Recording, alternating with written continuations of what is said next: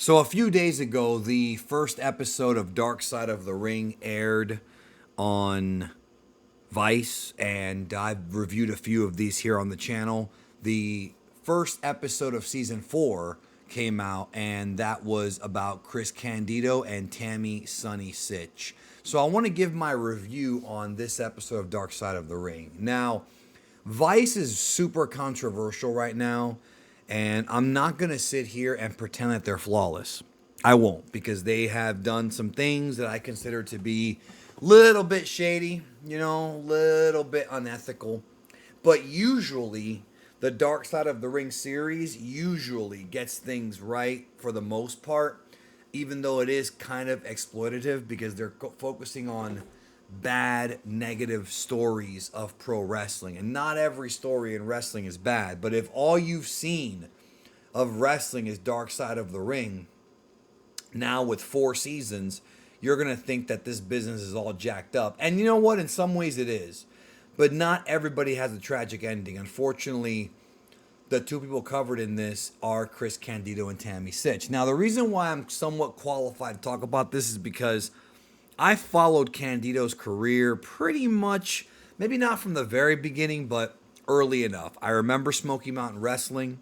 I remember the Body Donnas. I watched him in ECW. I watched literally the meteoric rise of Sunny. I saw how she became the most downloaded female celebrity, or maybe the most downloaded celebrity on AOL in like 96.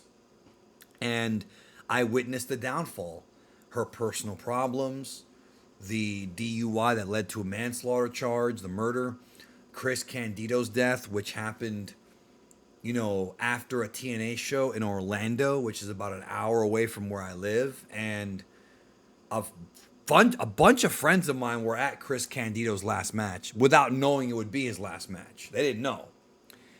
So I'm qualified to talk about this. This was a good episode of Dark Side of the Ring. They could have gone into more detail and been a little bit dirtier as far as, and what I mean by that is going into the weeds and the granularness of these stories, but they only had an hour to fill. But they pretty much covered it for the most part. Candido in the 90s had tremendous potential. Smaller guy, but had a great build. Very muscular, very quick, agile, very coordinated, he's a great wrestler. Tammy, red hot, tremendous charisma, natural heel, but also in a weird way kind of lovable when she wasn't a heel. And I witnessed all of this. I mean, I watched a lot of this stuff when it first aired. I watched, the Body Donnas feuding with the Godwins. I watched all that stuff. Like, I was a little kid. I watched, Sunny eventually get replaced by Sable, and all of that's covered here. Now, the main narrators telling the story here, besides Chris Jericho, who is the narrator and who also worked in these companies, you've got Jim Cornette, who kind of discovered Chris Candido, Lance Storm, who teamed with him and worked with him in Smoky Mountain and ECW. You've got Dr. Tom Pritchard, who teamed with him in the WWF, and you've got Chris's mom. You've also got Mick Foley, who knew both of them intimately. So they kind of help paint the picture and tell the story of these two people. And this one's kind of sad, and it does remind me very much of that season 1 episode of Randy Savage and Liz, even though this story does have, it's interesting. With Tammy, the jury's still out on her, but a lot of folks have already kind of said that she's never going to get better. With Chris Candido, though, he was getting better. The documentary goes into how easy it is to get hooked on drugs. All it takes is one injury and the right connect and the right amount of money, and you take a couple of pills to make your back feel better, all of a sudden you become an addict. Happens to a lot of athletes, especially in the 90s and the 80s. This is a very common thing in those days. And Chris and Tammy came into the wrestling business like Cornette says, they were good kids. They were high school sweethearts.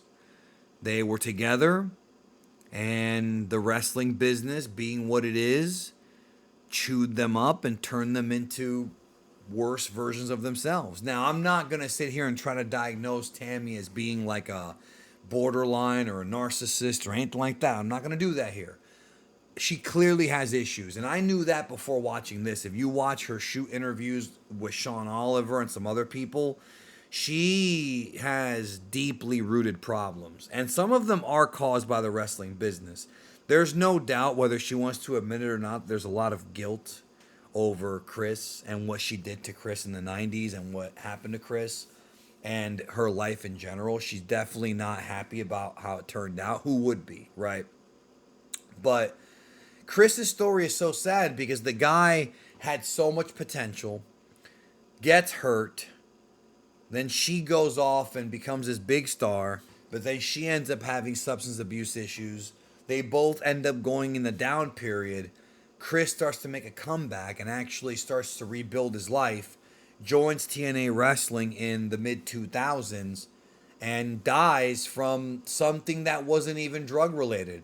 He gets injured in the ring at TNA Lockdown 2005, breaks his ankle, I think it was, gets surgery, and then flies home.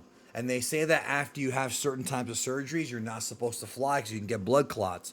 He got a blood clot that went through his lungs, it hit his brain, and he died. And it's really sad because it's such a, the way he died had nothing to do with drugs. It wasn't a suicide. It wasn't your typical pro wrestling death, as they say. You know, it was a blood clot from an injury. For all we know, if he had not taken that flight, the dude would have been back to health and would have still be wrestling to this day. He could be a trainer in AEW. He could be working for the independents in GCW. He could be working for NXT as a trainer there, even though that may not happen because of Shawn Michaels and sort of the problems there, which I'll talk about here in a minute. But he could definitely have been a force, or maybe he would just have run his own wrestling company or just been at peace. Maybe if he had not died, Tammy would have come around, or maybe he would have found a new woman and he would have lived happily ever after. It's tragic for two reasons, because Chris died before he even, the dude was in his mid 30s and he died. I think he was like, what, maybe even early 30s. I think it was 31, 33, something like that. Very young. And Tammy went on to just have a real troubled life after that. And you wonder what her life would have been like if Chris had never died. They do cover, surprisingly enough, the affair she had with Shawn Michaels, although they don't go into the same detail she went into in her book, because in her book she goes into explicit and graphic detail of a sexual nature about the whole thing with her and Shawn. She even says in the book that, and in interviews, that when Shawn proposed to her, and this is not in the documentary, she was thinking about marrying him and she wanted to, but she knew if she did, Chris might take his own life. One of the things they didn't talk about in the documentary, which is kind of a controversial subject, and I have to be careful how I word it because I don't want to disrespect the dead here. I don't want to be offensive toward Chris Candido, is Chris was kind of a simp for Sonny. And I'm just being honest there. Like, he knew that she was cheating on him behind his back. He knew that she had problems. He knew that she had not been the best girl for him. But, and this has been discussed by other people, but because he was so in love with her, and maybe he didn't have self-esteem, or maybe he didn't feel like he can do better, or maybe he thought she was the cat's meow, as they say. Maybe he let her get away with so much. And when you're in a relationship, you just cannot let your partner get away with things that disrespect you. You just can't, because you're basically validating the behavior. He obviously was a young guy, didn't know any better, and maybe if he has never died, he would have been able to move on and find a better woman for him. But that was discussed here, and it was also discussed that he couldn't do anything because of Shawn's political power in the 90s. It goes into Tammy's meteoric rise and how her ego kind of got the best of her for a while, and it talks about how she was kind of exploited by ECW. I know why they did it, but it doesn't really make it right. When they talk about Chris's passing, we see tears from everyone. Lance Storm breaks down. Jim Cornette breaks down. Only the second time that Jim Cornette's ever broken down.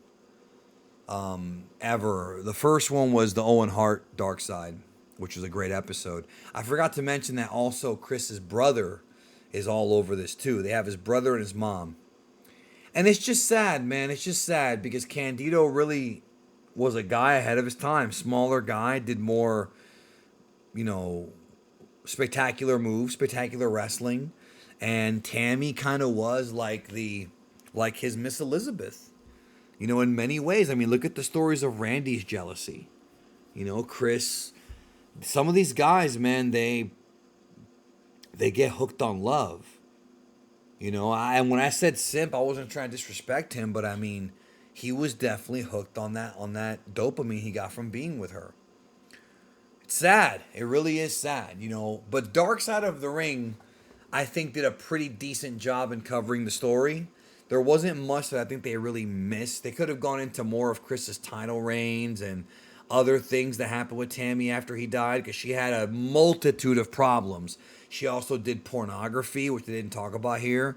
There was just a lot of things she did that came off like she was really going through a dark time. You understand?